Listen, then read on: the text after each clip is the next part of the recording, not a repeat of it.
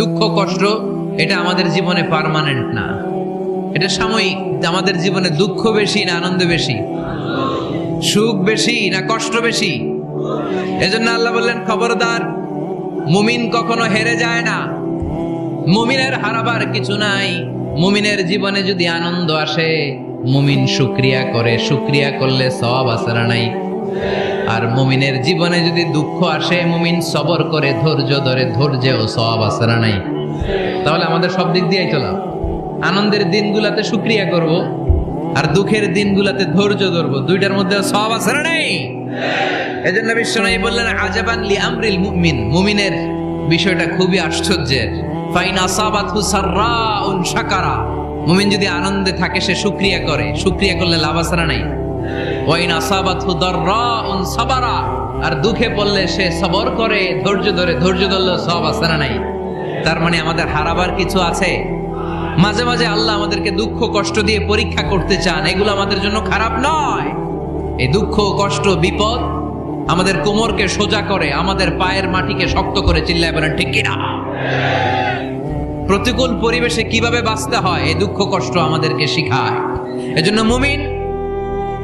মুমিন বান্দার বৈশিষ্ট্য হচ্ছে দুঃখ কষ্ট বেদনা জ্বালা এগুলোতে সে আপসেট হয় না, সে হাল ছেড়ে দেয় না, সে ভরসা রাখে একজনের উপর, চিল্লায় বলতে হবে তিনি কে?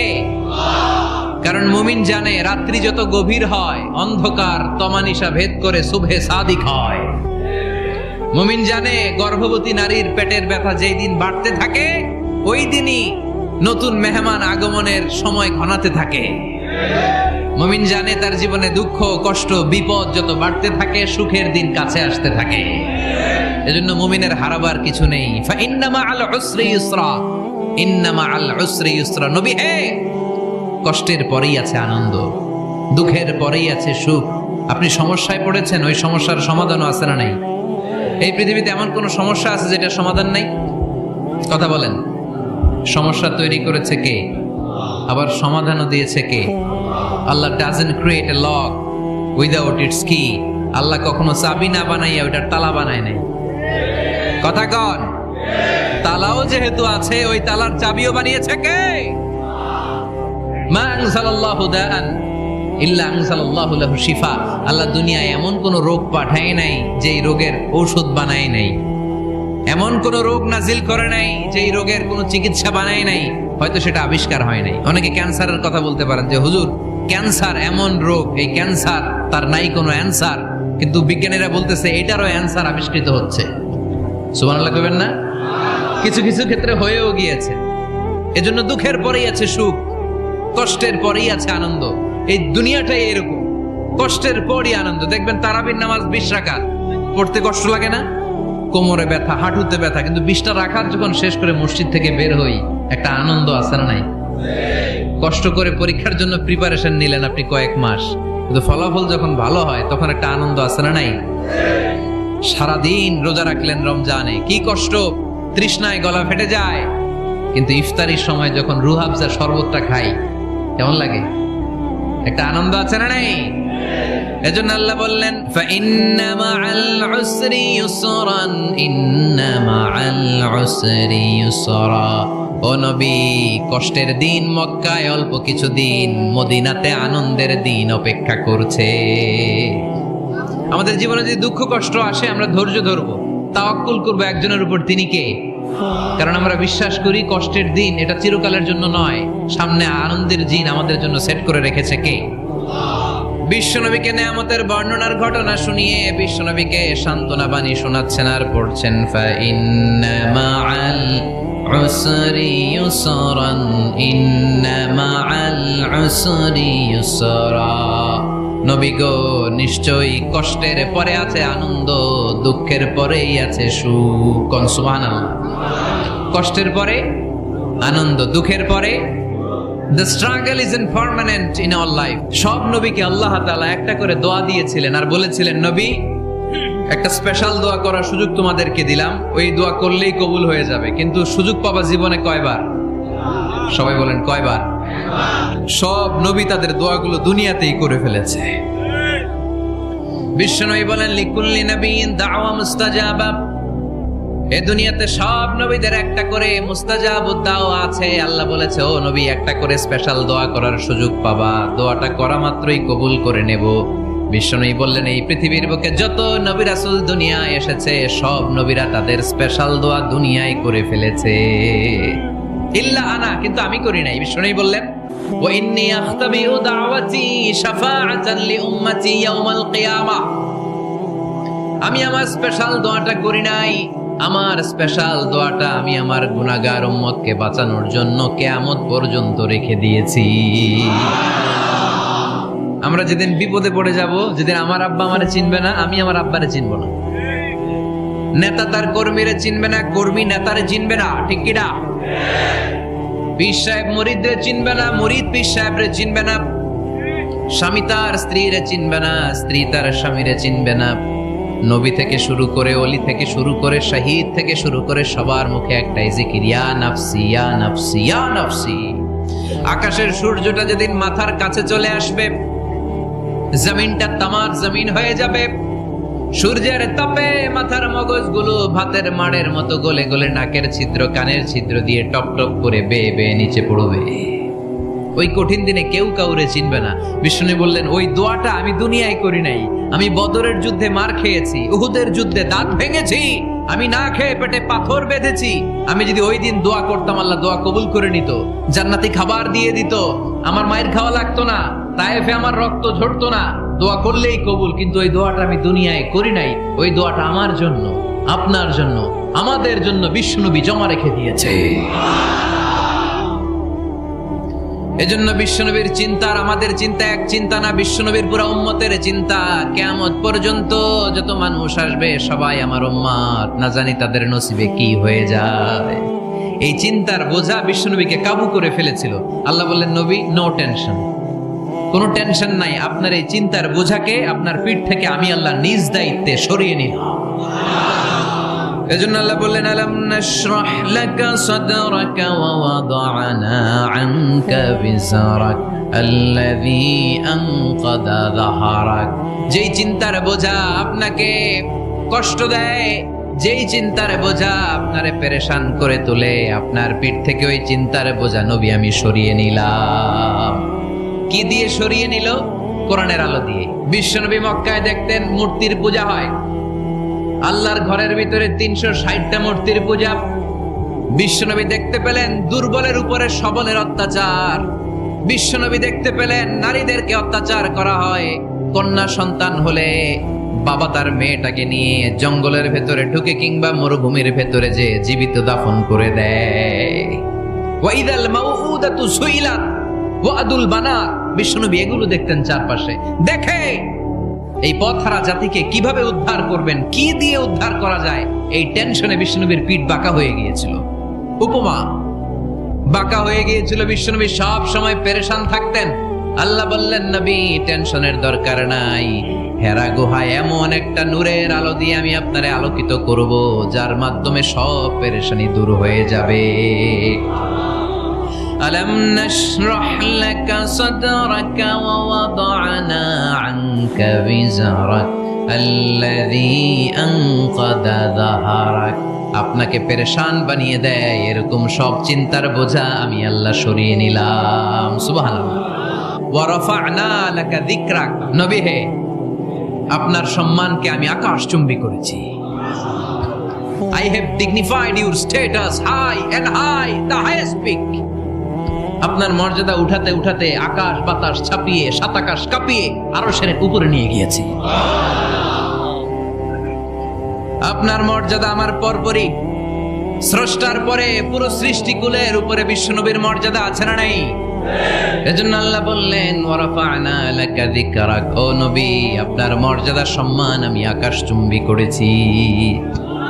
আপনার সুনাম, সুখ্যাতি, মান, মর্যাদা আমি গোটা বিশ্বে ছড়াইয়া দেব। আয়াত যখন নাজিল হলো, কাফেররা হাসতে শুরু করলো। কাফেররা বলে, মোহাম্মদ বেটা বলে কি, ও জানে বাঁচবে কিনা ওইটাই তো সন্দেহ। আমরা যেই ষড়যন্ত্র পাকাচ্ছি, ও জানে বাঁচবে কিনা সে এটাই সন্দেহ। তার নাম গোটা বিশ্বে ছড়াবে কি করে আমরা দেখে নেব। আল্লাহ বলেন, তোরা আমার নবীর সুনাম সুখ্যাতি ছড়ানোর ব্যাপারে বাধা তৈরি করবি, তোরা আমার নবীর ব্যাপারে অপপ্রচার চালাবি, তোদের অপপ্রচারকেই আমি আমার নবীর প্রচার মাধ্যম বানিয়ে দেব। তোদের অপপ্রচারকে আমি আমার নবীর জন্য প্রচার মাধ্যম বানিয়ে দেব। এরকম অনেক সময় হয় না যে কেউ কেউ অপপ্রচার করে কারো বিরুদ্ধে, এটা তার জন্য প্রচার হয়ে যায়। আল্লাহ বললেন, তোরা আমার নবীর সুনাম সুখ্যাতিকে থামাবি, তোদের মাধ্যমে আমি বিশ্ব নবীর সুনাম সুখ্যাতি গোটা বিশ্বে বুলন্দ করে দেব। আবু জাহেল ঘোষণা দিল, খবরদার, হজের মৌসুম, হাজী সাহেবরা গোটা বিশ্ব থেকে আসবে, আমার দলের কর্মীরা তোরা যেটা করবি সেটা হচ্ছে হাজীদের কাছে যেয়ে বলবি মক্কায় নতুন এক পাগল আসছে, নতুন এক জাদুকর আসছে, নাম মুহাম্মদ। নাউজুবিল্লাহ পড়বেন না? খবরদার হাজী সাহেবেরা, এই পাগলের কাছে যেও না। সব হাজিরা গোটা বিশ্ব থেকে এসে মক্কার মিনা প্রান্তরে তাঁবুর ভিতরে ঢুকেছে, আর আবু জাহেলের টিম মেম্বাররা সব তাঁবুর ভিতরে উকি মাইরা কয়, খবরদার, নতুন পাগল আইছে। সবাই কয়, নাম কি? কয়, মুহাম্মদ। নতুন পাগল এসেছে, নাম মুহাম্মদ। নতুন জাদুকর এসেছে, তার নাম মুহাম্মদ। খবরদার, তার কাছে যেও না, তার কথা শোনো না, শুনলে তোমরাও পাগল হয়ে যাবা, তোমরাও পাগল হয়ে যাবা। সে এত বড় জাদুকর, মুহাম্মদ সাল্লাল্লাহু আলাইহি ওয়াসাল্লাম এত বড় জাদুকর, তার জাদু দেখলে, তার কথা শুনলে হাজবেন্ড ওয়াইফের মধ্যে সম্পর্ক বিচ্ছিন্ন হয়ে যায়। সে এত বড় জাদুকর, তার কথা শুনলে বাবা আর ছেলের সম্পর্ক ছিন্ন হয়ে যায়। সে এত বড় জাদুকর, তার কথা শুনলে বন্ধু বন্ধু আলাদা হয়ে যায়। খবরদার হাজী সাহেবরা, তোমরা হজ করতে এসেছো করো, জমজমের পানি খাও আর খেজুর নিয়ে যাবা বাড়িতে, কিন্তু মুহাম্মদ সাল্লাল্লাহু আলাইহি ওয়াসাল্লামের কাছে যাওয়া যাবে না। আচ্ছা, আপনারা বুঝে শুনে উত্তর দেন। এই যে লক্ষ লক্ষ হাজী মিনার তাঁবুতে বসা, আর আবু জাহেলের লোকটা যে বলল নতুন জাদুকরের নাম মুহাম্মদ, তার কাছে যেও না, এই লক্ষ লক্ষ হাজিরা এর আগে জীবনেও মুহাম্মদ সাল্লাল্লাহু আলাইহি ওয়াসাল্লামের নাম শুনছে? তার মানে মুহাম্মদ সাল্লাল্লাহু আলাইহি ওয়াসাল্লামের নাম তাদের কানে পৌঁছে দেওয়ার দায়িত্ব আবু জাহেল নিজেই নিয়ে নিয়েছে। চিল্লায় কোন ঠিক কিনা? অপপ্রচার প্রচার হয়ে গিয়েছে। আর সবাই মনে মনে ভাবে, কয় কি, এত বড় জাদুকর, হজ করি আর না করি এর না দেখে যাওয়া যাবে না।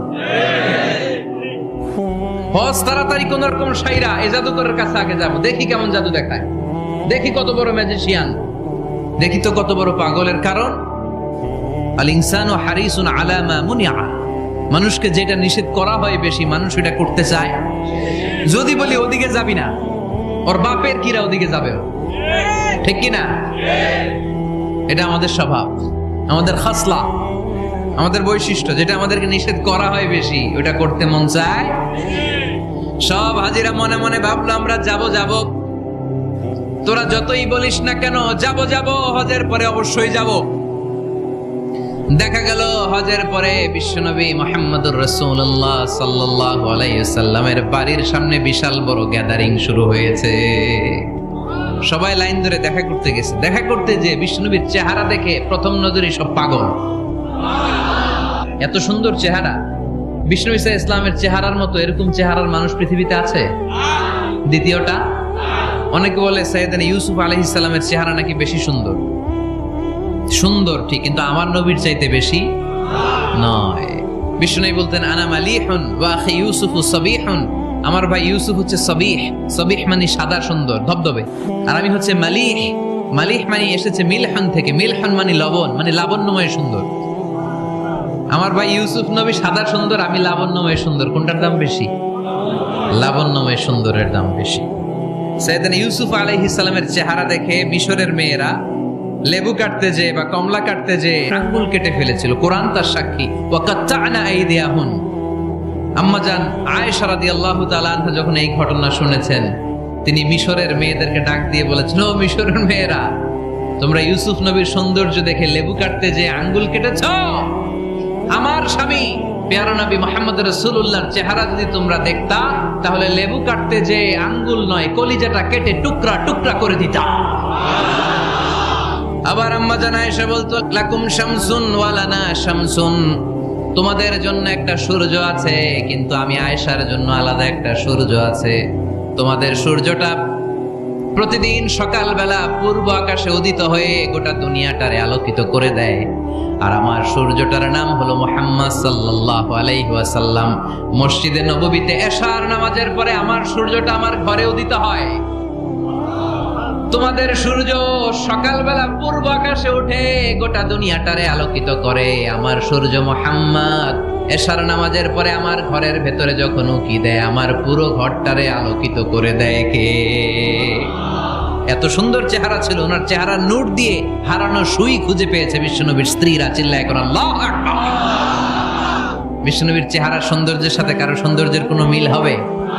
No comparison with our beloved prophet Muhammad sallallahu alayhi wasallam.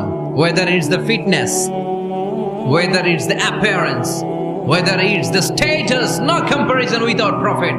এটা ফিটনেসের দিক থেকে হোক, এটা চেহারার সৌন্দর্যের দিক থেকে হোক, এটা কণ্ঠস্বরের ঝংকারের দিক থেকে হোক, সম্মান আর মর্যাদার দিক থেকে হোক, আমার নবীর সম্মানের ধারে কাছেও সম্মান পৃথিবীর কারো হতে পারে না। চিল্লায় বলেন ঠিক কি না? এজন্য আল্লাহ বললেন ওয়ারাফা'না লাকা যিকরাক, নবী আপনার সম্মান বাড়াতে বাড়াতে আমি আকাশচুম্বী করেছি। লোকজন সব যে বিশ্বনবীর দরবারে লাইন ধরেছে, হাজিরা সব বিশ্বনবীর কাছে যে চেহারা দেখেই কুপোকা, বাকি জিনিস তো পরে। অনেকে আছে না, চেহারা দেখলেই মানুষ পাগল হয়ে যায়, আছে না নাই? চেহারা দেখেই পাগল, চেহারা দেখেই পাগল। তারপর তারা মিলাতে লাগলো। মিনার তাবুতে আবু জাহেলের কর্মীরা ঘোষণা দিয়েছিল এলাকায় মুহাম্মদ নামে পাগল এসেছে। তারা মিলায়ে দেখে না, এই মহামানব কোনোদিন পাগল হতে পারে না, কারণ পাগলের চুলগুলো থাকে উস্কো খুস্কো, ঠিক কিনা? আমার নবী সাল্লাল্লাহু আলাইহি ওয়াসাল্লামের চুল উস্কো খুস্কো ছিল। কত সুন্দর চুল আঁচড়ে রাখতেন, জাইতুনের তেল দিতেন, আতর ঢেলে মাথার শীতের মধ্যে ঢেলে দিতেন, কপাল বেয়ে বেয়ে পড়তো, আর যেখানে সেজদা দিতেন সেজদার জায়গায় আতরের ঘ্রাণে আমোদ হয়ে যেত। হাতের তালুতে পারফিউম মাখতেন, আর মানুষের সাথে মুসাফা করলে যার সাথে মুসাফা তার হাতের সাথে নবীর ব্যবহৃত পারফিউমের ঘ্রাণ ছুটে যেত। এত পরিচ্ছন্ন ছিলেন তারা। বিশ্বনবীর চেহারার সাথে আবু জাহেলের বক্তব্যের মিল খুঁজে পায় না। তারা বলে না, এই লোক কখনো পাগল হতে পারে না। পাগলের চুল থাকে উস্কো খুস্কো, জামা থাকে ছিঁড়া ফাড়া, গায়ের মধ্যে থাকে ময়লা। পাগল কখনো দাঁত মাজে না, কিন্তু বিশ্বনবীর মুচকি হাসির ফাঁক দিয়ে দাঁতের দিকে তাকালে মানুষগুলো সব পাগল হয়ে যায়। স্মাইল দিতেন বিশ্বনবী, স্মাইল, মুচকি হাসি, তাবাসসুম। বিশ্বনবীর মুচকি হাসি দেখলে মানুষ পাগল হয়ে যেত, পাগল পড়া হয়ে যেত। যারা বলে না না, এ মহামানব তো কখনো পাগল হতে পারে না, আবার মিলাতে লাগলো। আবু জাহেলের কর্মীরা বলেছিল এটা নাকি বড় জাদুকর, কিন্তু তারা বলে না না, এই অসাধারণ লোকটা জাদুকর হতে পারে না, সে তো কোনো মন্ত্র পড়ে না। জাদু করার জন্য মন্ত্র পড়ার দরকার আছে না নাই? বিষ্ণুনবী কি মন্ত্র পড়তো? বিষ্ণুনবী কি পড়ে শোনাতো? কোরআন শোনাতো। এত সুন্দর কণ্ঠ ছিল বিশ্বনবীর, পাগল হয়ে যেত মানুষ শুনতে শুনতে, পাগল পড়া হয়ে যেত, বিমুগ্ধ হয়ে যেত। তারা সবাই বলতে আরম্ভ করলো, আবু জাহেল তুমি মিথ্যাবাদী, তবে তোমাকে ধন্যবাদ এরকম একটা মানুষের সাথে পরিচয় করিয়ে দেওয়ার জন্য। সুবহানাল্লাহ কইলেন না? আমরা মেনে নিতে পারলাম না সে পাগল নয়, জাদুকর নয়, সে হলো এই জামানার পয়গাম্বার। আমরা পড়ে নিলাম লা ইলাহা ইল্লাল্লাহু মুহাম্মাদুর রাসূলুল্লাহ সাল্লাল্লাহু আলাইহি ওয়াসাল্লাম। রাফা'না লাকা যিকরাক, নবী হে এইভাবে আমি আপনার সম্মানকে বাড়িয়েছি। হাইসুমা যুকিরতু যুকিরতা মাই, নবী যেখানে আমার নাম নেওয়া হবে আমার পর পর আপনার নামও নেওয়া হবে। পড়েন সুবহানাল্লাহ। যেখানে আমার আল্লাহর নাম, তারপরে আমার নবীর নাম আছে না নাই? কালিমার ভেতরে লা ইলাহা ইল্লাল্লাহ আমার আল্লাহর নাম শোভা পায়, তারপরে মুহাম্মাদুর রাসূলুল্লাহ দ্বিতীয় বাক্যে আমার নবীর সুন্দর নামটা আছে না নাই? কালেমার মধ্যে প্রথমে আল্লাহর নাম, তারপরে নবীর নাম। হাইসুমা যুকিরতু যুকিরতা মাই, নবী কিভাবে আপনার মর্যাদা আমি বাড়াবো জানেন? যেখানেই আমি ওইখানেই আপনি, যেখানে আমার নাম নেওয়া হবে তারপরেই সৃষ্টিকুলের মধ্য থেকে শুধু আপনার নাম নেওয়া হবে। সুবহানাল্লাহ পড়েন। আপনার উম্মতেরা গোটা বিশ্বে সালাত আদায়ের জন্য আজান দিবে, আজানের প্রথম 4 বাক্যে আমি আল্লাহর বড়ত্ব, আল্লাহু আকবার। তারপরের 2 বাক্যে আমি ছাড়া কোনো ইলাহা নাই, এটার সাক্ষ্য দেয়া হবে। তারপরের দুই বাক্যে সবাই সাক্ষ্য দিতে বাধ্য, আপনি ছাড়া দুনিয়ায় আর কোনো শেষ রাসূল নাই। তার মানে আজানের মধ্যেও আমার আল্লাহর নামের পরে আমার নবীর নাম আছে না নাই?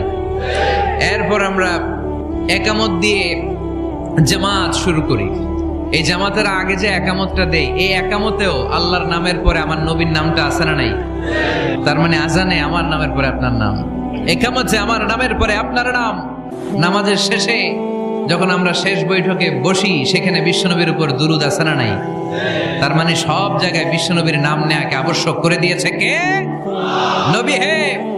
এই গোটা বিশ্বের ভেতরে সূর্য উঠবে, সূর্য ডুববে, শীত যে গ্রীষ্ম আসবে, দিন যে রাত আসবে, এক মুহূর্তের জন্য আপনার নামের আলোচনা থামবে না। চিল্লায় বলো ঠিক কিনা? রাফা'না লাকা যিকরাক, I have dignified your status very high, very high। অনেক উপরে নিয়েছি, আকাশ বাতাস ছাপিয়ে, সাত আকাশ কাঁপিয়ে আরশ পর্যন্ত আমি আপনার মর্যাদাকে বুলন্দ করেছি। এই পৃথিবীতে যত আসমানি কিতাব এসেছিল, সবগুলো আসমানি কিতাবে বিশ্বনবীর নাম উল্লেখ করেছে কে? ইহুদিরা খ্রিস্টানরা বিশ্বনবীর মানতে চাইতো না। তারা বলতো, মুহাম্মদ তোমার নাম তো আমাদের কিতাবে নাই। বিশ্বনবী বললেন পড়ো। তারা পড়তে পড়তে বিশ্বনবীর জায়গাটা লুকিয়ে রাখত, যেখানে বিশ্বনবীর নাম ওরা এভাবে ধরে রাখত। বিশ্বনবী সাল্লাল্লাহু আলাইহি ওয়াসাল্লাম এক সাহাবাকে বললেন, আমি তো ওদের ভাষা বুঝি না, তুমি ওদের ভাষা বুঝে দেখো কোন জায়গায় চোরামিটা করে। প্রতিটা কিতাবের প্রতিটা পাতায় পাতায় বিশ্বনবীর নাম আছে না নাই? সাইয়েদনা আদম আলাইহিস সালাম থেকে শুরু করে ঈসা আলাইহিস সালাম পর্যন্ত যত নবী এসেছে, সব নবী সুসংবাদ দিয়েছে যে একজন নবী আসবে, যে নবী আসার মধ্য দিয়ে এই আম্বিয়া আলাইহিমুস সালাম পৃথিবীতে আসার যে ধারাবাহিকতা, এই সিলসিলা, এই চেইনকে আল্লাহ তাআলা কাট অফ করে দিবে। সাইয়েদনা আদম তার বংশধরদেরকে বলেছে, নূহ আলাইহিস সালাম তার প্রজন্মকে বলেছে, ইব্রাহিম আলাইহিস সালাম তার জেনারেশনকে বলেছে, মুসা আলাইহিস সালাম বনি ইসরাইলকে শুনিয়েছে। সর্বশেষ সাইয়েদনা ঈসা আলাইহিস সালাম এসে বলেছে, ইয়াতি মিন বাদি ইসমুহু আহমদ, আমার পরে এমন এক নবী আসবে তার নাম ইয়াতি মিন বাদি ইসমুহু আহমদ, আমার পরে এমন এক নবী আসবে তার নাম হবে আহমদ। এই নবীর পরে আর কোন নবী আছে? চিল্লায় বলেন, লা নবিয়্যা বাদি ওয়ালা রাসূলা, আমার পরে কোনো নবীও নাই, আমার পরে কোনো রাসূলও নাই। তবে আমার পরে যদি নবী হওয়ার যোগ্যতা কারো থাকে, আমার উমরে ফারুক নবী হওয়ার যোগ্যতা রাখে। কোন নবী নাই, খাতামুন নবিয়্যিন, আমার পরে কোনো নবী নাই। তার মানে বিশ্বনবীর জীবনে 3 নাম্বার নিয়ামত হলো রাফা'না লাকা যিকরাক। মর্যাদা আমি বাড়াতে বাড়াতে বাড়াতে বাড়াতে নবী অনেক উপরে নিয়েছি। আবার আল্লাহ আমাদেরকে ডেকে বললেন, ও ইমানদার বান্দারা শোনো, আমি স্বয়ং আল্লাহ তাআলা আমার ফেরেশতা বাহিনী নিয়ে এই নবীর উপরে স্বয়ং আমি দুরূদ পড়ি। ইন্নাল্লাহা ওয়া মালাইকাতাহু ইউসাল্লুনা আলান নবী ইয়া আইয়ুহাল্লাযীনা আমানু সাল্লু আলাইহি ওয়া সাল্লিমু তাসলিমা। এমন নবী যে নবীর উপর আল্লাহ নিজেই দুরূদ পড়ে, ফেরেশতারা পড়ে, এজন্য আমাদেরও পড়ার দরকার আছে না নাই? আবার আল্লাহ বললেন, নবী আপনি এমন নবী যেই নবীকে আমি হাউজে কাউসার দিয়েছি।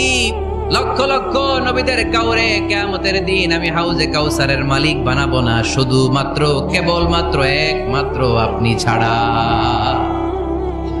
ইন্না আ'তাইনাকাল কাউসার ফাসাল্লি লিরাব্বিকা ওয়ানহার ইন্না শানিআকা হুয়াল আবতার। সুবহানাল্লাহ পড়ে। এই হাউজে কাউসারের পানি খেতে চান, পান করতে চান? বিশ্বনবী না দিলে খাইতে পারবো আমরা? আহলা মিনাল আসাল, হাউজে কাউসারের পানি মধুর চেয়েও মিষ্টি। আবরাদু মিনাস সালজ, বরফের চাইতেও ঠান্ডা। আবিয়াদু মিনাল লাবান, দুধের চাইতেও সাদা। মান শারিবা মিনহা শারবাতান লাম ইয়াদমা আবাদা, এক ঢোক হাউজে কাউসারের পানি যে খাবে, চিরকালের জন্য তার গলার তৃষ্ণা মিটে যাবে। ওই হাউজে কাউসার বিশ্বনবীকে দিয়ে বিশ্বনবীর মর্যাদা বাড়িয়েছে কে? আবার আল্লাহ বললেন, নবী পৃথিবীর অনেক নবীকে আমি নৈতিক বিজয় দান করেছি, কিন্তু সবাইকে আমি রাজনৈতিক বিজয় দান করি নাই। আপনাকে আমি এমন নবী করে দুনিয়ার বুকে পাঠিয়েছি, আপনাকে আমি নৈতিক বিজয় দান করেছি, পাশাপাশি রাজনৈতিক বিজয়ও দান করেছি। সুবহানাল্লাহ। বিশ্বনবী একাধারে যেমনি মসজিদে নববীর ইমাম ছিলেন, পাশাপাশি মদিনার রাষ্ট্রের প্রেসিডেন্ট ছিলেন, ঠিক কিনা? এজন্য বিশ্বনবী বললেন রব্বি আদখিলনি মুদখালা সিদকিন ওয়া আখরিজনি মুখরাজা সিদকিন ওয়াজআলনি মিন লাদুনকা সুলতানান নাসীরা। ও আল্লাহ, আপনি আমারে সত্যতার সাথে মক্কায় রাখেন, বের করলেও সত্যতার সাথে বের করেন, আর আপনি আমাকে বিজয়ী শক্তি দান করেন। বিজয়ী শক্তি, রাজনৈতিক শক্তি বিশ্বনবী আল্লাহ তাআলার কাছ থেকে দোয়া করে চেয়ে নিয়েছেন। চিল্লায় বলেন ঠিক কিনা? আলেম ওলামারা আজীবন সুদের বিরুদ্ধে ওয়াজ করছে। আমরা ওয়াজ আগে করতাম, এখন করতেছি, সামনেও করব, মাগার সুদ মরবে না। এর কারণ যেটা আইন করে প্রণয়ন করা হয় ওইটা ওয়াজ করে মারা যায় না, ওইটারে আইন করে নষ্ট করতে হয়। চিল্লায় বলেন ঠিক কিনা?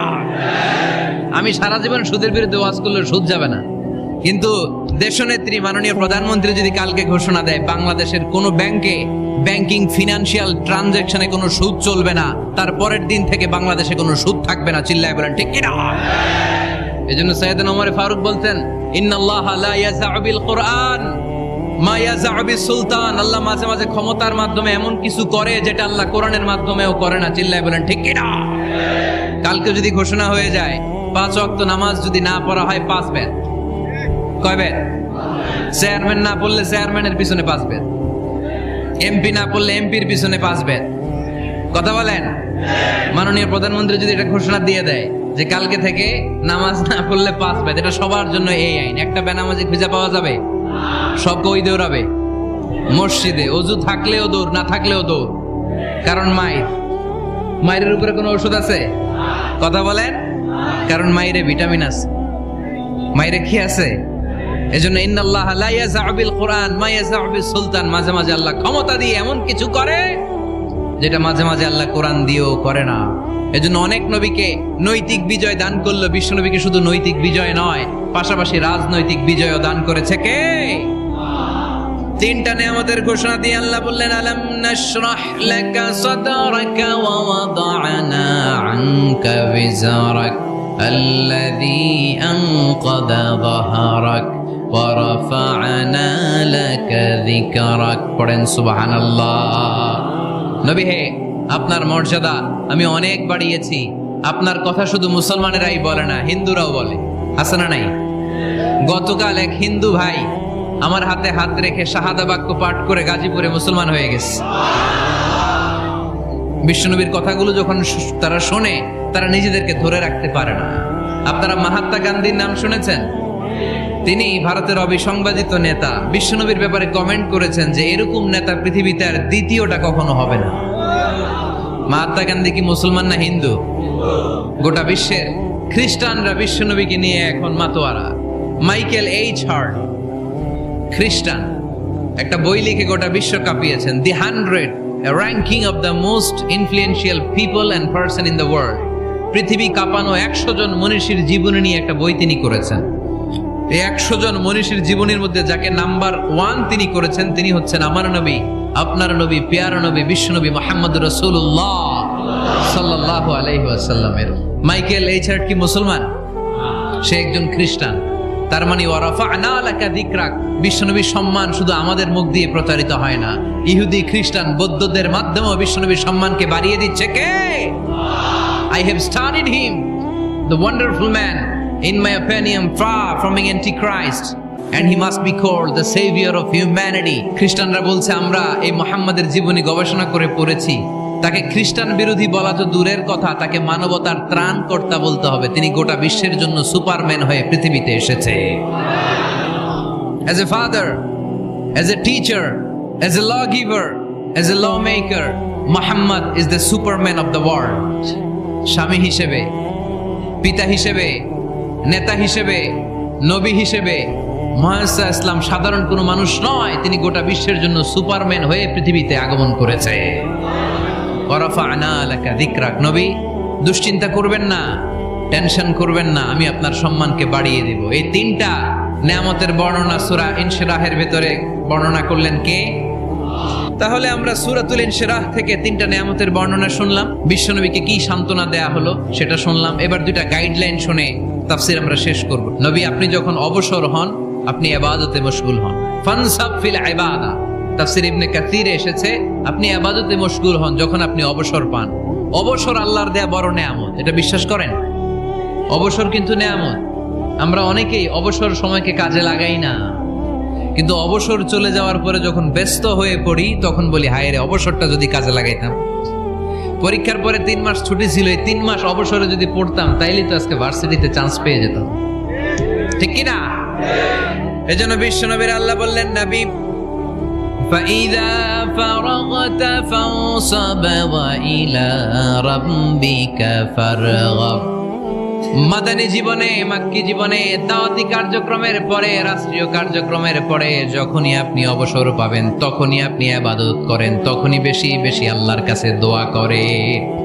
দোয়াটা খুব শক্তিশালী, কিন্তু আমরা অনেকে জানি না কি করে দোয়া করতে হয়। তার মানে প্রথম ঘোষণা হলো ফাইদা ফারাগতা ফানসাব। প্রথম নির্দেশনা হলো নবী, যখনই আপনি অবসর পাবেন ইবাদত করবেন এবং দোয়া করবেন, বেশি বেশি আল্লাহর কাছে চাইবেন। 2 নাম্বার দিক নির্দেশনা হলো ওয়াইলা রব্বিকা ফারগাব। সব সময় আপনি আপনার আল্লাহর দিকে মনোনিবেশ করবেন। বিপদে পড়লে ডাকবো কারে? আমাদের অসুস্থতাকে সুস্থতায় পরিণত করে দিতে পারে কে? চাকরির জন্য পাগল পারা, চাকরি নাই, চাকরির ব্যবস্থা করে দিতে পারে কে? বিদেশে যেতে মনে চায়, পাসপোর্ট দিয়ে রেখেছি, ভিসা নাই, ভিসা লাগাই দিতে পারে কে? কিন্তু আমরা দুঃখ, কষ্ট, বেদনা কিছু একটা হইলেই সবার আগে আল্লাহরে শেয়ার করার আগে ফেসবুকে শেয়ার মেরে দেই, আছে না নাই? আমাদের যার যা লাগে আল্লাহ সবও যদি দিয়ে দেয়, আল্লাহর ধনভাণ্ডারের 1 ইঞ্চিও কমবে? হাদিসে কুদসিতে আল্লাহ বললেন, লাউ আন্না আউওয়ালাকুম ওয়া আখিরাকুম ওয়া ইনসাকুম ওয়া জিন্নাকুম, পৃথিবীর সব জিন, পৃথিবীর সব মানুষ বিশাল মরুভূমিতে দাঁড়িয়ে যদি আমার কাছে চাইতে শুরু করে, আল্লাহ এটা দাও, ওটা দাও, ওটা দাও, আমি আল্লাহ তোমাদের সব চাহিদাও যদি মিটিয়ে দেই, আমি আল্লাহর ধনভাণ্ডারের 1 ইঞ্চিও কমবে না। এজন্য চাইবো কার কাছে? বিপদে আপদে ভরসা করব কার কাছে? আর অবসরগুলোকে কাজে লাগানোর দরকার আছে না নাই? স্বাবলম্বী হওয়ার চেষ্টা করার দরকার আছে না নাই? ফাইন্নামা আল উসরি ইউসরা, ইন্নামা আল উসরি ইউসরা। নবী হে, কষ্টের পরেই আছে সুখ, দুঃখের পরেই আছে আনন্দ। সব সময় মানুষের সময় একরকম কাটে না। এজন্য আমরা তাওয়াক্কুল করতে চাই একজনের উপর, তিনি কে?